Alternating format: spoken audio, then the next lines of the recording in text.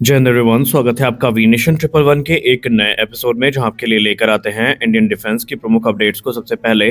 तो चैनल को सब्सक्राइब करना मत भूलिएगा। आज की इस अपडेट की शुरुआत करने वाले हैं भारतीय वायुसेना के विजन 2047 को लेकर आई रिपोर्ट से। हम सब ने भारतीय नौसेना के विजन 2047 को सुन रखा है, जहां पर भारतीय नौसेना ने तो क्लियर कर दिया है कि उनके भविष्य का टारगेट क्या है और कैसे उसको अचीव किया जाएगा। लेकिन इसी क्रम में अब एंट्री हो चुकी है भारतीय वायुसेना की, और अब ये भी ऑलमोस्ट कंफर्म हो चुका है कि भारतीय वायुसेना 2047 तक तकरीबन 60 फाइटर स्क्वाड्रन जो है वो ऑपरेट करने वाली है। जी हाँ, आपने सही सुना, 60 फाइटर स्क्वाड्रन का जो टारगेट है ये भारतीय वायुसेना की तरफ से रखा गया है। तो अब इसको लेकर सवाल ये उठ रहा है कि आखिरकार जो 60 स्क्वाड्रन का टारगेट रखा गया है इसको कैसे पूरा किया जाएगा, क्या क्या चैलेंजेस हैं और क्या ये चीज़ें प्रैक्टिकली फ़िलहाल के सिनेरियो को देखते हुए पॉसिबल लग रही हैं। क्योंकि अभी भारतीय वायुसेना की मौजूदा स्थिति को देखा जाए तो हम लोग 42 एक्टिव स्क्वाड्रन होनी चाहिए, लेकिन उससे काफ़ी कम, तो ऑलमोस्ट 30 स्क्वाड्रन्स को ऑपरेट करते हैं। और इनमें से भी जो मिग 21 की आखिरी स्क्वाड्रन है ये बहुत जल्द ही भारतीय वायुसेना का साथ छोड़ देगी। और ऐसे में भारतीय वायुसेना अपनी तत्काल ज़रूरतों को पूरा करने के लिए दो ही ऑप्शन हैं जिनके तरफ जा सकती है।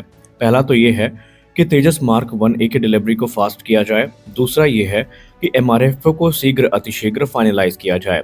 लेकिन इस पर हम डिस्कस करें उससे पहले आइए जानते हैं कि इसकी शुरुआत कहाँ से हुई और किस रिपोर्ट के आधार पे इन न्यूज़ को सर्कुलेट किया जा रहा है। आपको याद होगा, रक्षा मंत्रालय की तरफ से एक हाई लेवल कमेटी का गठन किया गया था, जिनको ये जिम्मेदारी दी गई थी कि कैसे भारतीय वायुसेना की ताकत में इजाफा किया जा सकता है और कैसे भारतीय वायुसेना नए एयरक्राफ्ट नंबर्स को ऐड कर सकती है। और इसी क्रम में हाई लेवल कमेटी ने अपनी रिपोर्ट को सबमिट किया है, जहां पर तकरीबन 60 स्क्वाड्रन की ज़रूरतों के बारे में बताया गया है और इसको ऑलरेडी एक्सेप्ट भी किया जा चुका है। यानी कि भारतीय वायुसेना के आने वाले जो साल हैं वो काफ़ी महत्वपूर्ण होने वाले हैं। अब अगर हम ANI की रिपोर्ट की बात माने तो 114 मल्टी रोल फाइटर एयरक्राफ्ट जो है ये अगले 10 वर्षों में भारतीय वायुसेना की ताकत को बढ़ाने में योगदान दे सकते हैं। इसके अलावा इंडिजिनस फाइटर एयरक्राफ्ट पर सिनेरियो पूरी तरीके से डिपेंड करेगा।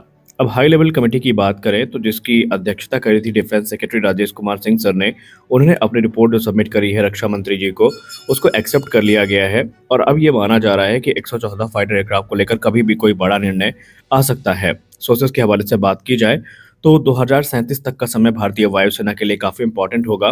क्योंकि अगर आप सिर्फ ये सोच के खुश हो रहे हैं कि भारतीय वायुसेना को जहां पर जो नए स्क्वाड्रन है वो मिलने वाली है MRFA के रूप में, तो आपके लिए ये भी जानना ज़रूरी है कि 2037 तक तकरीबन भारतीय वायुसेना 10 फाइटर स्क्वाड्रन को रिटायर भी करने वाली है। इसमें से मुख्यतः फाइटर एयरक्राफ्ट जो भारतीय वायुसेना का साथ छोड़ेंगे, इसमें जैगुआर के पुराने वेरिएंट, मिराज 2000 और मिग 29 UPG के जो कुछ पुराने वेरिएंट्स हैं, इनको भारतीय वायुसेना से विदा बोला जाएगा।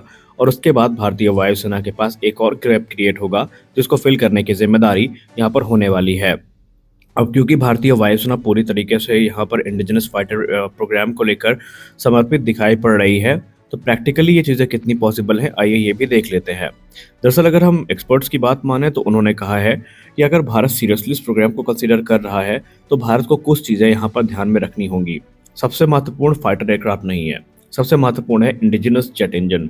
जहाँ पर एक्सपर्ट्स का कहना है कि अगर आपके पास जेट इंजन उपलब्ध ही ना हुए तो आपकी ये जितनी रिक्वायरमेंट है ये सिर्फ कागज़ों तक सीमित रह जाएंगी, प्रैक्टिकली इनका कोई रिजल्ट हमें नहीं दिखेगा। दूसरी बात, आप सिर्फ विदेशी फाइटर के दम पर अपनी इस रिक्वायरमेंट को पूरा नहीं कर सकते।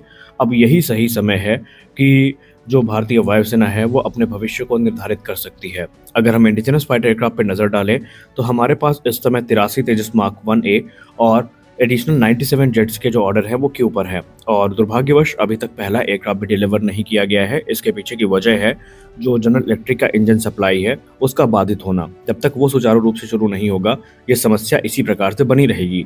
और अगर हम 60 एयरक्राफ्ट के नंबर को कंसीडर भी करते हैं तो हमें ये चीज़ पता होनी चाहिए कि 2047 तक इस टारगेट को पूरा करने के लिए हमें तकरीबन 35 से 40 फाइटर एयरक्राफ्ट प्रति वर्ष की दर तक बनाने होंगे। मौजूदा कैपेसिटी की बात करें तो निसंदेह हिंदुस्तान एरोनॉटिक्स लिमिटेड की 3 प्रोडक्शन लाइन इस समय चल रही हैं, जिनका कंबाइंड प्रोडक्शन 24 से 30 एयरक्राफ्ट प्रति वर्ष की दर तक हो सकता है। लेकिन ये नंबर डिसाइड करेगा जेट इंजन की उपलब्धता पर। यही नहीं, अगर रक्षा मंत्रालय प्राइवेट सेक्टर को प्रोडक्शन लाइन दे देता है तो आप एडिशनल 10 से 15 एयरक्राफ्ट को ऐड कर सकते हैं। लेकिन इसके लिए एक स्टडी प्लान पर बने रहना होगा। यहाँ पर अगर उठापटक हुई तो सीधा इसका प्रभाव भारतीय वायुसेना के अपग्रेडेशन प्रोग्राम पर होने वाला है। हमने पहले भी आपसे कहा था कि आने वाले भविष्य में ज़रूरतों को देखते हुए जो मौजूदा नंबर्स हैं ये बढ़ सकते हैं और संभावनाएं इसी तरफ इंगित कर रही हैं। तेजस मार्क 1A और मार्क 1 के ऑर्डर को मिला लें तो ये 200 एयरक्राफ्ट का ऑर्डर पूरा करते हैं।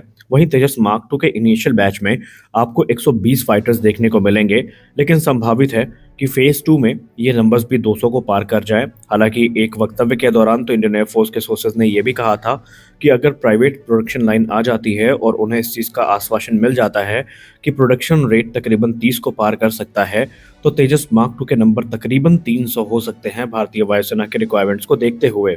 इसके अलावा अगर हम एमका की बात करें तो एमका को लेकर इनिशियली अभी 7 स्क्वाड्रन का प्लान ही यहाँ पर सामने आया है, जहाँ पर 2 मार्क 1A, 2 मार्क 1 सॉरी, और बाकी की जो 5 स्क्वाड्रन होने वाली हैं ये मार्क 2 होने वाली हैं। लेकिन ये नंबर्स भी 200 को टच कर सकते हैं, यानी आने वाले भविष्य में हमें तकरीबन जो एयरक्राफ्ट 800 के आसपास के टारगेट को हम लेकर चल रहे हैं उसको पूरा करने के लिए हमें इसी प्रकार के एग्रेसिव प्लान पर काम करना होगा। और अगर हम बात करें MRFA की और दूसरे ऑप्शंस की, तो एक और न्यूज़ रिपोर्ट काफ़ी सर्कुलेट हो रही है और आपने सुना होगा कि F-15EX की वापसी हो चुकी है और F-15EX को भारतीय वायुसेना कंसीडर कर रही है। निस्संदेह आप सबने मीडिया रिपोर्ट्स, अगर आप खासकर एक्स पर एक्टिव हैं, जिसको भूतकाल में हम लोग ट्विटर के नाम पर जानते थे, तो वहाँ पर एक रिपोर्ट में कहा जा रहा है कि F-15EX प्रथम दृष्टया चॉइस बनती जा रही है। तो आपको याद दिला दें, वो रिपोर्ट 2022 की है जिसको अब सर्कुलेट किया जा रहा है। मौजूदा समय में अगर हम टॉप कंटेंडर्स की बात करें MRFA में, तो राफेल लीड कर रहा है। राफेल को टक्कर मिल रही है MiG-35 से, यूरोफाइटर टाइफून से, F-21 से, साब ग्रिपेन से और F-15EX से। लेकिन ये कहना इकलौते दम पर कि सिर्फ F-15EX को कंसीडर किया जा रहा है, ये मिथ्या है। एक और मिथ है जिसको बस्ट करना ज़रूरी है। हाल ही में एक रिपोर्ट सामने आई थी जहाँ पर MRFA में 5th जनरेशन की इंक्लूजन की बात की गई थी। देखिए, उसका MRFA से कोई लेना देना नहीं है, अभी उस पर सिर्फ बातचीत चल रही है।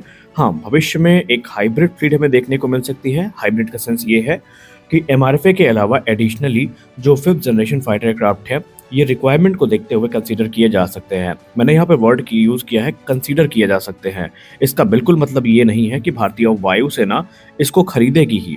अगर ऐसा होता है तो फिर भारतीय वायुसेना को काफ़ी हद तक राहत मिलेगी। लेकिन एक चीज़ आप जान लीजिए कि अब यही सही समय है पब्लिक और प्राइवेट सेक्टर को साथ में लाने का, क्योंकि अगर ये दोनों साथ में आते हैं तो भारतीय वायुसेना का ये एक पहाड़ जैसा लक्ष्य जो है ये पूरा हो सकता है। लेकिन एक और चीज़ आपको पता होना चाहिए, अगर हम इतनी बड़ी फ्लीट की बात कर रहे हैं तो सिर्फ 6 एवैक्स से आपका काम नहीं चलेगा, ना 2 से 3 रिफ्यूलर्स से आपका काम चलेगा और ना ही चंद लॉयल विंगमैन से आपका काम चलने वाला है। दरअसल आपको पता ही है कि जब आप इतनी बड़ी फ्लीट को कंसीडर कर रहे हैं तो फिर आपको फोर्स मल्टीप्लायर तो कंसीडर करने पड़ेंगे। आपको एडिशनल टैंकर्स की तरफ जाना पड़ेगा, एडिशनल एवैक्स की तरफ जाना पड़ेगा, ग्राउंड कंट्रोल यूनिट्स की तरफ जाना पड़ेगा, इंफ्रास्ट्रक्चर की तरफ जाना पड़ेगा, यानी आपको चतुर्मुखी विकास जो है ये पूरा करना पड़ेगा। तो हम तो फिलहाल यही शुभकामना दे सकते हैं कि भारतीय वायुसेना का ये विजन पूरा हो। बाकी भविष्य ही जानता है कि भविष्य में क्या होगा। आपकी इसको लेकर क्या राय है? अपनी राय कमेंट सेक्शन में जरूर दीजिए। मिलते हैं अगले वीडियो में, तब तक के लिए जय हिंद।